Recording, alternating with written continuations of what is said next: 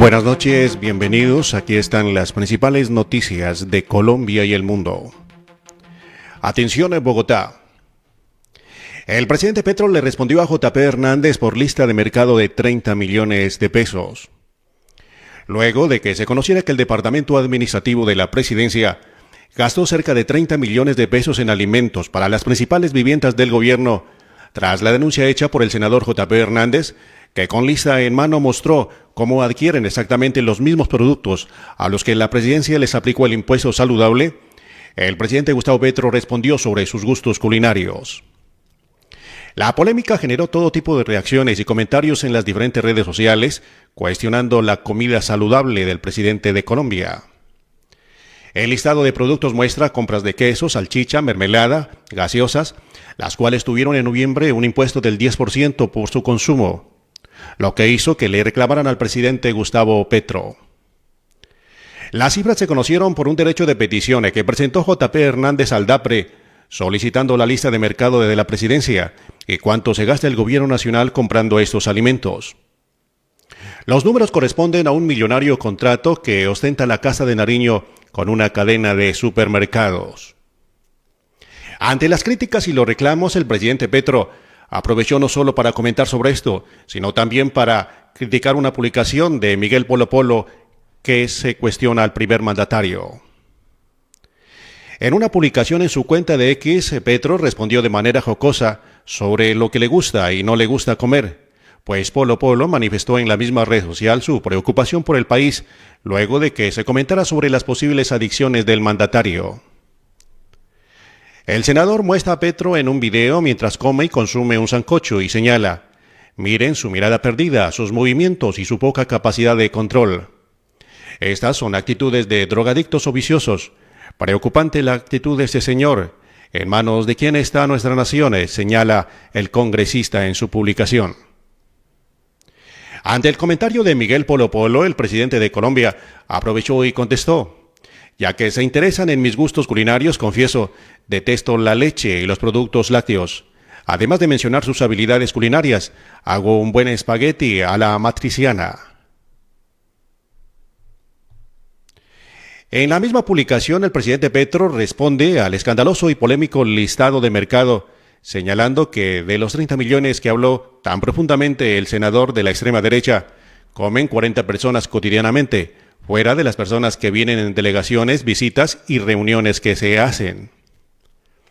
Nuevamente el mandatario volvió a poner una puya a la administración anterior frente a esta cuestión, al asegurar que ese precio o consumo es menos que en los últimos 13 gobiernos. El valor exacto que pagó el DAPRE por la comida de la casa del presidente Petro y la vicepresidenta Francia Márquez fue de 30.390.452 entre los meses de marzo y junio. Dentro de ese monto hay de todo: 4.731.000 en quesos, 3.507.000 en gaseosas, 2.643.000 en productos de panadería y pastelería y 2.420.000 en procesados. Atención. Antonio García dice que el ELN seguirá secuestrando. Le pide al gobierno Petro una financiación y que no se hagan ilusiones porque no cederán a chantajes. La guerrilla del ELN ya tiene una respuesta al gobierno del presidente Petro, tras la petición para abandonar el secuestro como condición para seguir avanzando en los diálogos de paz. No obstante, no era la esperada respuesta por el presidente ni por los colombianos, ya que este grupo criminal seguirá con esta actividad ilícita.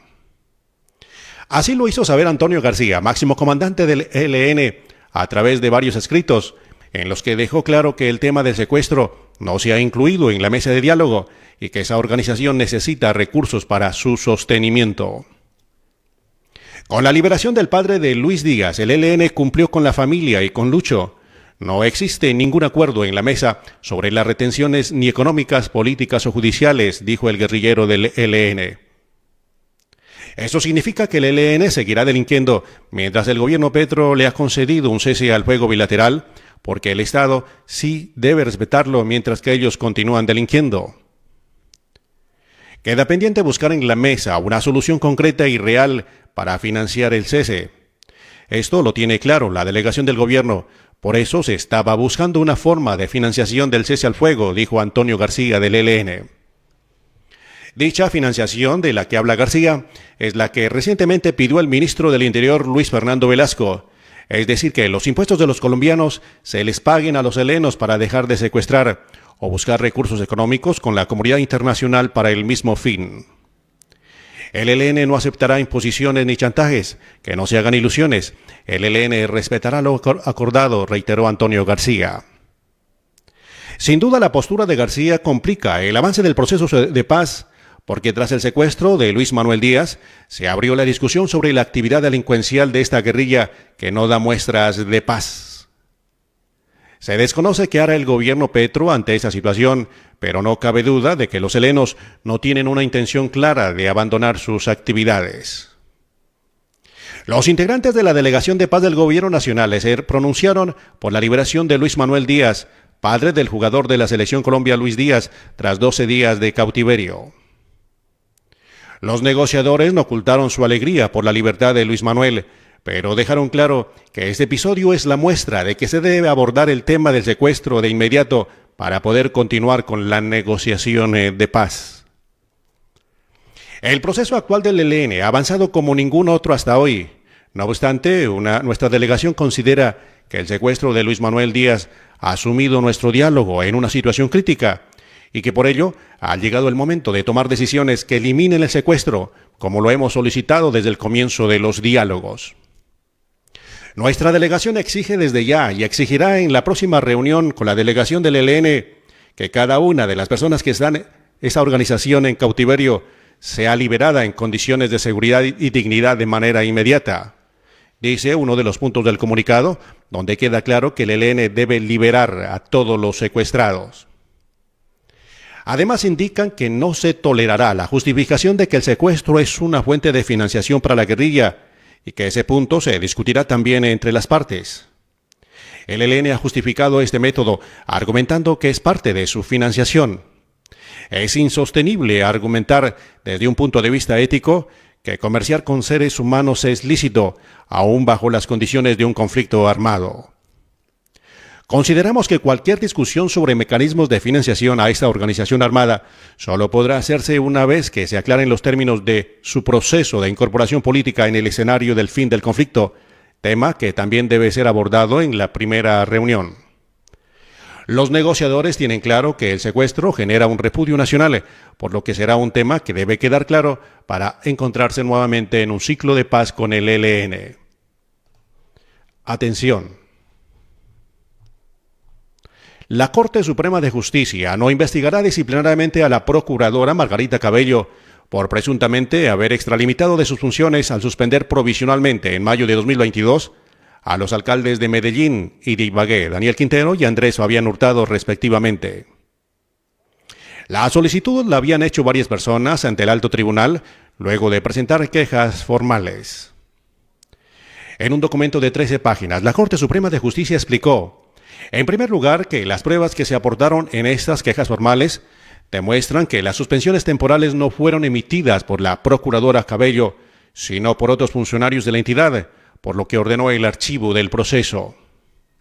En el presente caso, la doctora Margarita Cabello Blanco, en su calidad de Procuradora General de la Nación, no realizó el hecho que se atribuye como supuesta falta disciplinaria, pues es evidente que ella no ha adelantado ningún comportamiento que pudiera adecuarse como tal, concluyó el alto tribunal en su decisión. En ese sentido, la Corte Suprema de Justicia remitió copias a la veeduría de la Procuraduría General de la Nación para que investigue si los funcionarios que emitieron las suspensiones provisionales de ambos alcaldes incurrieron en alguna irregularidad. La suspensión provisional de ambos alcaldes se dio en mayo de 2022. Para esa fecha, la Procuraduría explicó que tomó esta decisión por la presunta y reiterada intervención en actividades y controversias políticas. Este hecho está relacionado con el debate que existe sobre si la Procuraduría puede o no suspender a funcionarios de elección popular. Sobre ese tema, que inició luego de que la Corte Interamericana de Derechos Humanos le dio la razón al presidente Gustavo Petro sobre sus derechos políticos tras su suspensión como alcalde de Bogotá en diciembre de 2013, La Corte Constitucional ha concluido que sí puede hacerlo, pero teniendo en cuenta que la sanción definitiva debe ser revisada por un juez administrativo antes de cobrar efecto. Esta es la información más importante en esta jornada. Síganos en redes sociales. Una feliz noche. Permiso.